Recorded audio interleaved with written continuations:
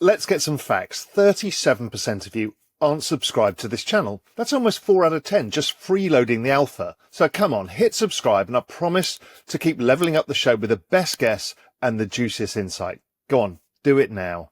If you look at Solana today, Solana is now our largest exposure as a firm because we do believe in Solana having, this asymmetric upside similar to what we saw with Bitcoin in 2013. A lot of Bitcoiners feel like it's no longer their Bitcoin, right? There's always a little bit of, choppiness in the price action when that happens. Remember in April, we did this whiteboard exercise. At that point, I finally said, I can't keep calling these MicroStrategy copycats. Let's call them digital asset treasuries or DATs. You actually invented the term. I don't know for sure, but we're the guys that, started this trend here. Yeah. Definitely caught on. Yeah. And so I think crypto loves acronyms. There's a difference between sentiment and reality. And so if you look at all these DATs, if they trade below NAV, they should be selling tokens to buy back their stock. We've seen some of them start to do that. It's on the order of magnitude of like less than $100 million total that has been sold.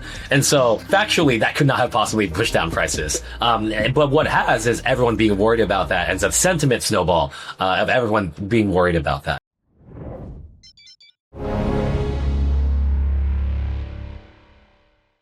GM, this is Artur Osiński for Real Vision at Solana Breakpoint in Abu Dhabi. I'm joined by Cosmo Jiang, General Partner at Pantera Capital. Thank you so much for joining us. Artur, thanks for having me. Exciting time right now. It really is exciting. This place is just buzzing with energy. So I have to start with what makes Solana special from Pantera's perspective, your own perspective?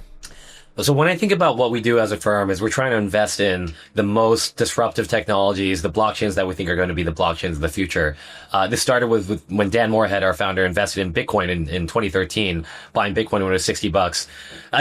As we look at it today, those investors have realized the 1500x, that's not going to happen again. Probably not going to happen again for Bitcoin, although never say never. But as we look at Solana today, Solana is now our largest exposure as a firm because we do believe in Solana having, this asymmetric upside similar to what we saw with Bitcoin in 2013. When I think about why, it's really, I come from a traditional finance background. I'm a fundamental value investor, and everything about Solana is just very exciting from a bottoms up fundamental basis, right? It is faster, it's cheaper, it's more accessible than our traditional financial rails and certainly our existing blockchain, and potentially versus other blockchains. And it's a very vibrant ecosystem that is very cash flow producing now, right? There are many applications that produce real revenue with real users, and all that is accruing value to the Solana token.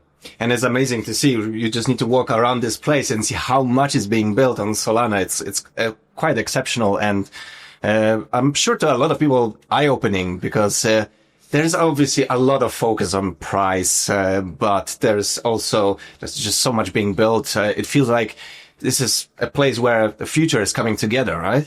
It's funny you say that. So one of my roles at Pantera is representing us in talking to large endowments, sovereigns, institutions. And I spent a lot of my week here in Abu Dhabi and Dubai, speaking to a lot of those types of folks. And price rarely comes up in those conversations, right? Because they view this, they believe in the outlook that this is going to be a massive technology. It's very disruptive. And if that's the case, then, small wiggles today really don't matter, in the 10-year time frame. A lot of them have even considered coming out here. I have some, I give them forewarning that, look, there's a lot of crypto bros wearing wearing t-shirts that not exactly your crowd, but you should come check it out because the energy is very, very motivating. So what makes you excited? By the way, what you said is a total opposite of what we see on X on a daily basis, right? But what makes you excited for crypto in 2026?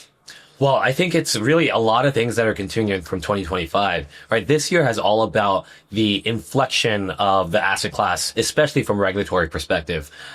It's a very big deal that now the U.S. has comprehensive stablecoin legislation, is coming up with comprehensive market structure legislation. All signs point to that potentially coming in the first quarter of next year. I think that will really unleash innovation for the industry. If you think about over the last few years, I apologize for my, relatively US-centric view. I do live in the US, but it feels like crypto has basically been locked out of the biggest and the most important market in the world for nearly 4 years. If you were a developer or a capital allocator in the US, it was just very difficult for you to enter crypto because you were afraid. Now that's totally changed. And with market structure legislation, it just feels like it'll allow people to feel safe, innovating, releasing tokens, releasing protocols, and for capital allocators to feel safe, allocating to these new projects. You obviously mentioned the conversations you've had in the region and how excited people and investors are about what's being built in crypto.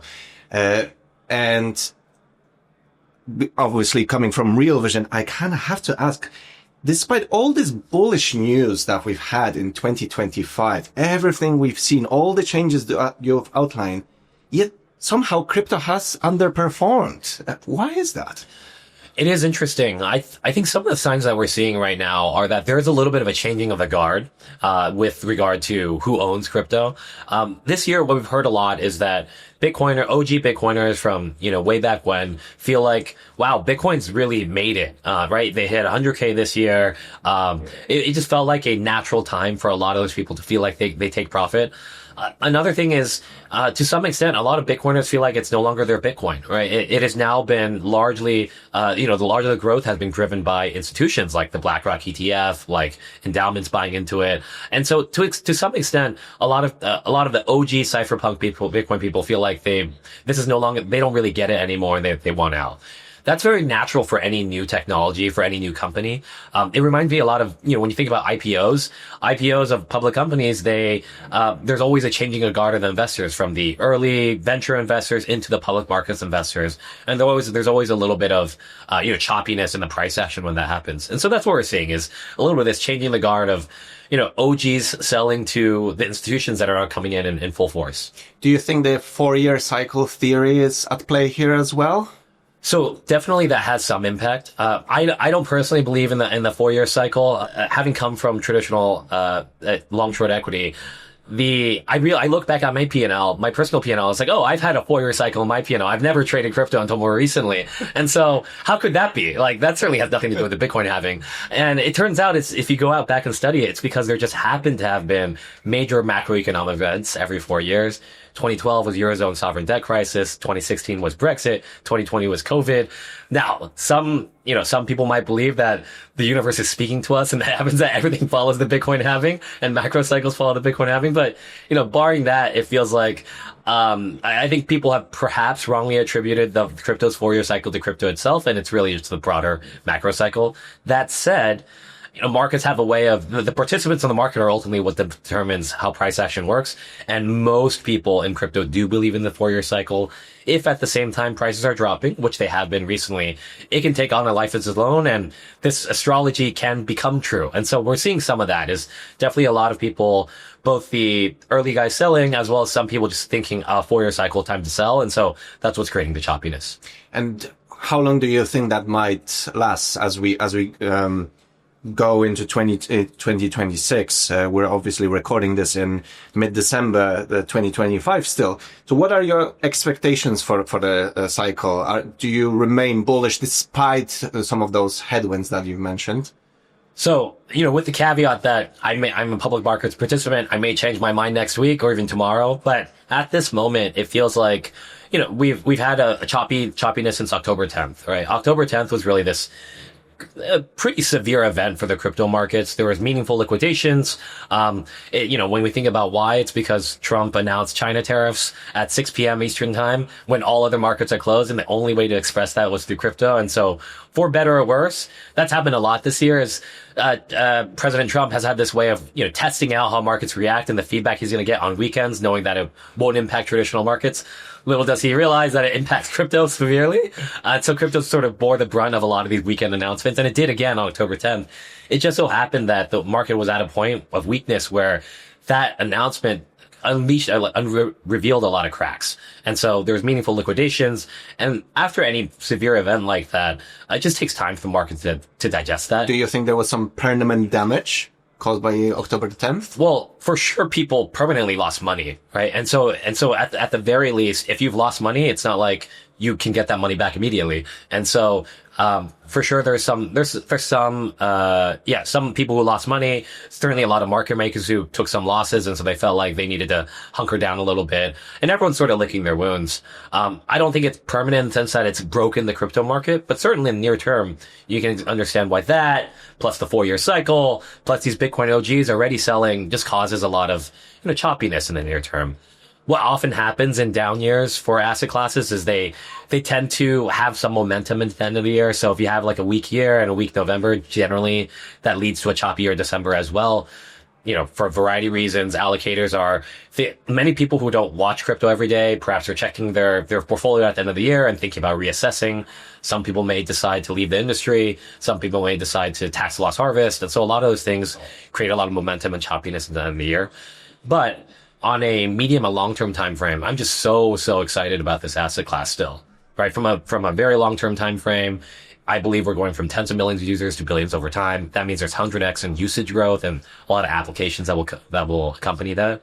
On a medium-term time frame basis, we just talked about, I do think this market structure legislation is going to be a very big deal for the asset class and for innovation in the US, which ultimately translates everywhere else. So we're pretty bullish on a medium and long-term time frame, recognizing that there's probably some chop into the end of the year and maybe into early Jan. What do you think that piece of regulation would change? Because from the outside, someone might say crypto already has ETFs, SEC and CFTC have become a lot friendlier. The White House administration isn't going after crypto anymore. What else is needed? So innovation, ultimately things have value because, they're good fundamentals, and good fundamentals ultimately stem from the beginning, which is innovation in developers. And for a lot of people, when tokens are one of the most disruptive capital coordination mechanisms I've ever seen. That's what excites me about tokens. To date, it's still been very hard for tokens to realize their full power because a lot of, especially US developers, feel like if they release a token, they're very afraid of being regulated in some unknown way. It's not just in the past, it might have been, if we release a token, we might get arrested or like sued by the SEC, which was crazy. But today it's still, the regulation's coming so soon. I've waited so many years. Why don't I just wait another 3 months or 6 months to see, to get that clarity, as opposed to, operating under some assumption that I'll get clarity. And so that's why we're seeing, I think, a little bit of pause from a developer perspective. Is a lot of people really want that token regulation so that they can start releasing token-based products. And so that's why I think it'll be a big deal. What do you think has been the biggest trend in crypto? I have kind of my picks. I'm really curious to hear what are yours when it comes to the biggest trends of this year.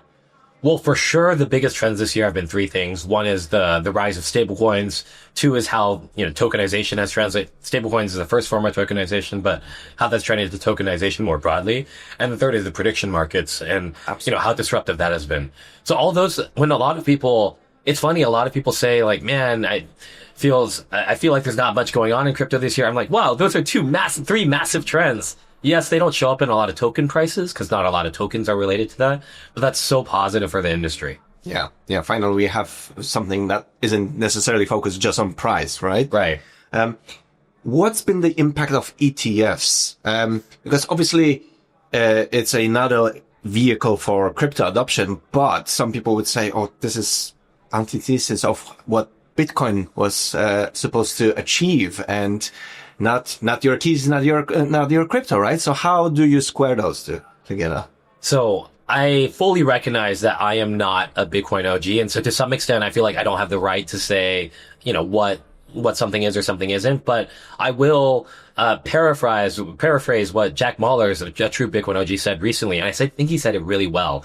He was like, the whole point of Bitcoin is it can be whatever it is to you.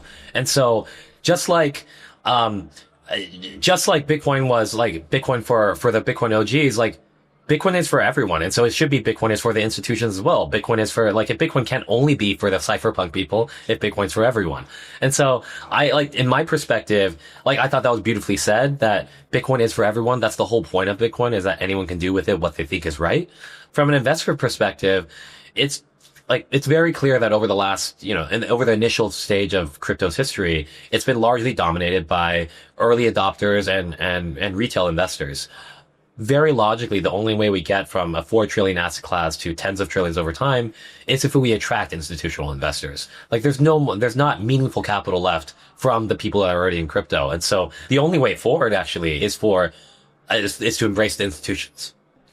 Among the trends that you mentioned, I would add one more, which is digital assets treasuries. You are on the board of a Solana treasury, and you've also deeply researched the investment case for DATs at Pantera. However, a lot of people have soured on the DAT trade lately, and some people also see it as a potential risk for the wider crypto space. That those companies, if they are forced to sell those assets, it might create a blow up in the market. So, how do you see this situation evolving from here? I think it's helpful to rewind a little bit to when we first started making these investments. For a long time, MicroStrategy trading at a premium didn't make sense to me. I just thought it was weird. How could that exist? I'm a fundamental value investor. Why would it trade at a premium to NAV? But as an investor, it's always important to test your hypotheses, especially in light of contradictory evidence. Everyone thought the ETFs would kill MicroStrategy. They didn't. It accelerated it. And so I just thought that's really curious. And as we started to really re-underwrite it, I realized that, wow, actually these business models can make sense. They can be persistent. They aren't the most innovative thing. They're not the best thing since sliced bread, but they can be really great into outcomes for investors, if executed properly. And so that re-underwriting and that conviction gave us the conviction to invest in the first U.S. We were calling them MicroStrategy copycats at the time. The first MicroStrategy copycat, DFDV, which was a Solana digital asset treasury. The next week, Tether, SoftBank, and Cantor called me up saying, "Hey, we saw you guys help bring DFDV to life. We're thinking about starting a Bitcoin one." And I just thought, well, okay, I guess I could see there being multiple Bitcoin ones, maybe one or two. I could see there being one or two Solana and ETH ones. So yeah, sure, let's do it. And we ended up being the largest investor in Cantor Equity Partners, which is now called 21 Capital, led by Jack Mallers. And then after that, everyone saw the extremely good price performance of those two deals, and the space exploded far faster than I would have thought. I thought those would be the only two MicroStrategy copycats I'd ever invest in. Little did I know it'd create this massive boom. And, maybe I should have seen that. I always refer back to this book called Capital Returns. And, the 101 from that book is excess returns drives incremental competition, which lowers returns. That's very natural. And so especially in crypto, right? Especially in crypto and in an industry. And so that's what we're seeing is that everyone saw the really strong returns there, and everyone rushed in to do that. And when I look at I remember in April we did this whiteboard exercise of these are all at that point I'd finally said, I can't keep calling these MicroStrategy copycats. Let's call them digital asset treasuries or DATs, and that's now caught on. But you actually invented the term. I don't know for sure, but we certainly were. We were the guys that started this trend here. Yeah, definitely caught on. Yeah. And so I think crypto loves acronyms. Right. And so the whiteboard that we had for these are the DATs that make sense was like, okay, one or two Bitcoin, ETH, Solana ones, one or two other tokens that we thought it made sense for. Sitting here today, all that white space is clearly covered now. More than covered, right? There's been 80 DATs that have come to market. And, which, again, natural. Whenever there's entrepreneurs see a white space, there's going to be tons of people that try to tackle the same white space. We see that in any industry, any startup space. And so what we're seeing is actually, I think there's a lot of ink that has been spilt about everyone saying that, wow, these have been big boom, big bust. My view is that that's actually very natural in any capital cycle for any set of startups. There's going to be way too many people tackling the same problem. Most of them will end up being uninteresting outcomes, but one or two of them will go on and can have the potential to go on to become really great outcomes. And so I think that's where we are. We're past this genesis phase of new DATs coming to market, or I think so, and you never know. And then now we're in this execution and consolidation phase where the real winners will separate themselves in the pack and the others will become uninteresting outcomes. Could there be a pain in the market in the meantime? So I think a lot of people are potentially blaming the DATs more so than they deserve to. And so the reason I say that is because certainly the DATs price action has been, pretty negative over the last few months. I think a lot of people forget or perhaps just, at the moment forget, is that these DATs represent the underlying token. And so if the token is down 40%, like the DAT's supposed to be down at least 40%. And so I think there's just a little bit of over allocation or over focus on the DATs when really it's just, we've been in a tough market for the last couple months.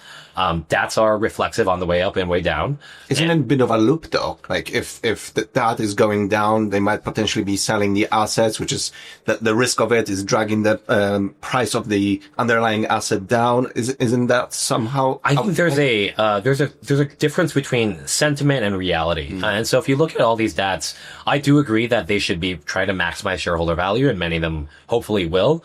As part of that, if they trade below NAV, they should be selling tokens to buy back their stock. We've seen some of them start to do that. Yeah, it's on the order of magnitude of like less than $100 million total that has been sold. And so factually, that could not have possibly pushed down prices. But what has is everyone being worried about that, and a sentiment snowball of everyone being worried about that. There's not much we can do about that, but factually they are not. But the sentiment factor does happen. And we know how much of a role it can play in crypto. We've mentioned that, mentioned stablecoins, tokenization, prediction markets. So what do you think is the next big thing in crypto in 2026 and beyond? Well, we're spending a lot of time at the intersection of AI and crypto. We think there's so many, blockchain's not going to solve everything. But there are many unique use cases where blockchain can uniquely enable AI adoption. So we're spending a lot of time there. I think the other thing I'm very excited about is DePIN. Just, when we talk to allocators, institutions, they really care about real use cases, that tangible use cases. And DePIN is just the best, instantiation of that. There's so many amazing businesses, many of which exist on Solana, by the way, like Hivemapper, GeoNet, Helium. All these things are providing real value and real services to real businesses.